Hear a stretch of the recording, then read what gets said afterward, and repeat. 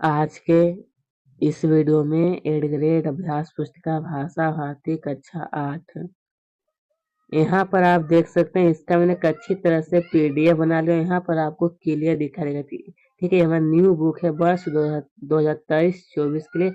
इसका मैंने एक अच्छी तरह से पीडीएफ बनाया है ताकि आपको क्लियर दिखा देगा। पाठ 16 में दिया है पठिक से। क्या है? पठिक से। इस पाठ में जितने भी प्रश्न दिए जाएंगे सभी को एक एक करके सोल्व करेंगे। तो चलिए, सबसे पहले पूछा है कि बहुविकल्पीय काय की सही उत्तर छाट कर लिखने के लिए। प्रश्न 1 में पूछा है कि सम्मुख शब्द का अर्थ हुआ किसका?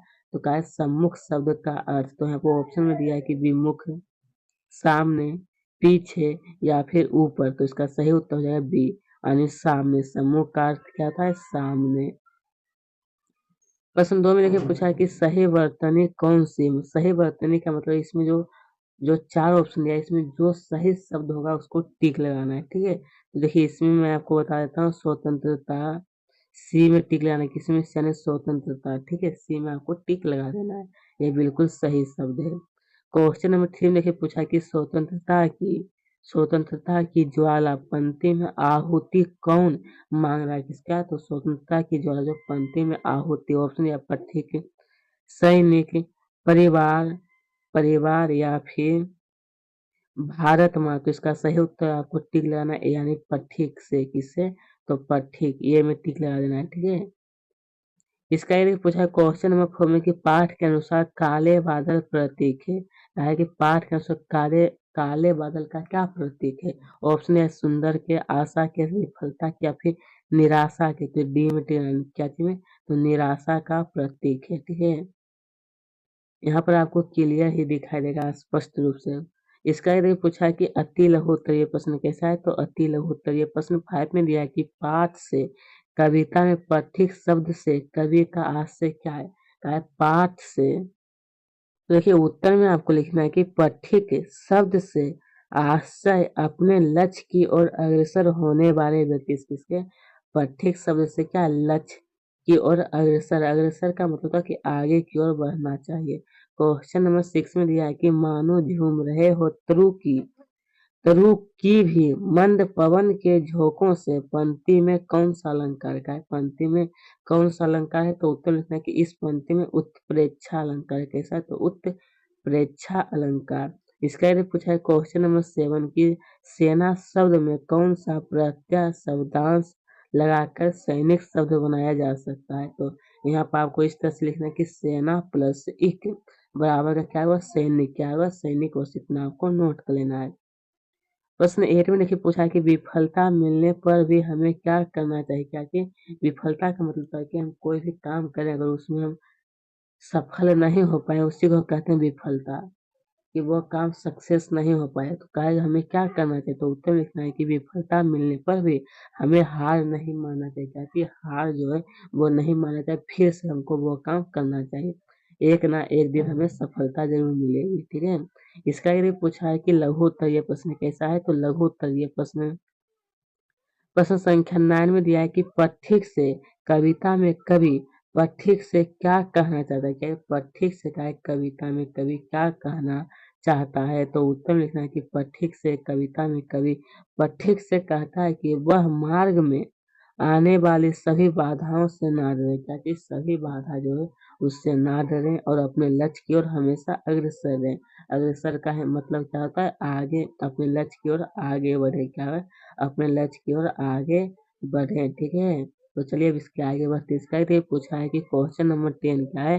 क्वेश्चन नंबर 10 में दिया है कि कविता के आधार पर माँ भारत माता मस्कों की आहुति क्यों मांग रही है? मस्कों की आहुति। तो उत्तर में लिखना है कि भारत माता मस्कों की आहुति इसलिए मांग रही है कि ताकि युद्ध की देवी को माला पहनने के लिए मस्तकों की कमी ना पड़ जाए। क्या की कमी? तो मस्तकों की कमी ना पड़ जाए इसलिए। ठीक है, कि इसलिए मस्कों की आहुति मांग रही है।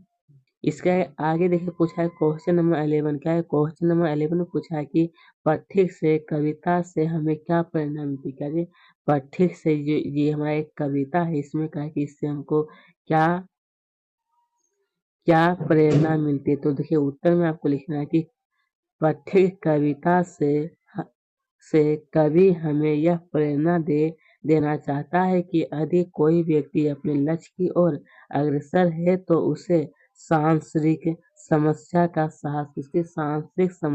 साहस विवेकपूर्ण सामना करना चाहिए। किसी समय तो विवेकपूर्ण सामना करना चाहिए। बस इतना आपको नोट कर लेना। इसके आगे देखिए पूछा है क्वेश्चन नंबर 12। क्वेश्चन नंबर 12 में दिया है कि किस स्थिति में मनुष्य कदम कदम पर अपने आप को घोर निराशा पाता है। किस स्थिति में कहा है तो देखिए उत्तर में लिखना है कि विषम और प्रतिकूल स्थिति। प्रतिकूल का मतलब बहुत कष्ट स्थिति, ठीक है, में मनुष्य कदम कदम पर अपने आप को घोर निराशा पाता है।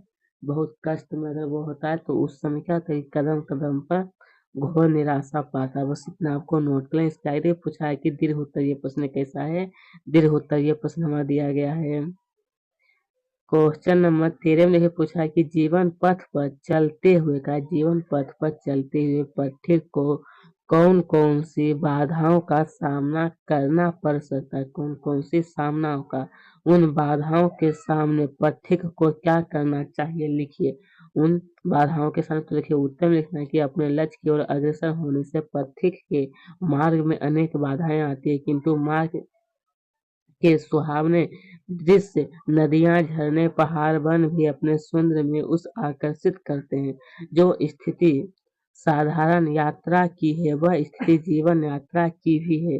सांसारिक समस्या, सुख दुख, हताशा उसे कर्तव्य होता है, ठीक है, कर्तव्य से विमुख करती है, परंतु इन सभी को छोड़कर पथिक को अपने लक्ष्य की ओर अग्रसर होना चाहिए। बस इतना आपको नोट कर लें। ये प्रश्न संख्या 13 का उत्तर है, ठीक है। अब चलिए इसके आगे देखिए पूछा है कि क्वेश्चन नंबर 14 क्या है? क्वेश्चन नंबर 14 में दिया है कि यदि मैं सैनिक बन जाऊं विषय पर अपने विचार निबंध या कविता के रूप में लिखें। यदि मैं सैनिक बन जाऊं का इस विषय पर आपको निबंध लिखिए या फिर एक कविता आपको लिखना है। तो मैं आपको निबंध बता देता हूँ। तो उत्तर में लिखना है कि अगर मैं सैनिक होता तो मैं अपने देश की दिल तन दिल, यहाँ पर कोमा देना है, ठीक है, दिल तन मन और आत्मा से सेवा करता। अजय होने के लिए मुझे विशेष प्रशिक्षण से गुजरना होगा। मैं हमेशा सभी युद्ध कौशल में आतंकवादियों या दुश्मन की सेना से आगे रहूंगा। मैं कठोर शारीरिक, मानसिक और हथियार चलाने में कौशल के माध्यम से युद्ध को हमेशा फिट रखूंगा। क्या चीज युद्ध, सॉरी यहाँ पर थोड़ा सा गलती हो गई, माध्यम से खुद को हमेशा फिट रखूंगा। कैसे खुद को हमेशा फिट रखूंगा। तो दोस्तों ही इसका क्वेश्चन से समाप्त। अगर आपको अच्छी लगी चैनल को जो सब्सक्राइब करें, साथ में वीडियो को लाइक करें। आपका बहुत बहुत धन्यवाद। मेरे साथ आज के इस वीडियो में बने रहें।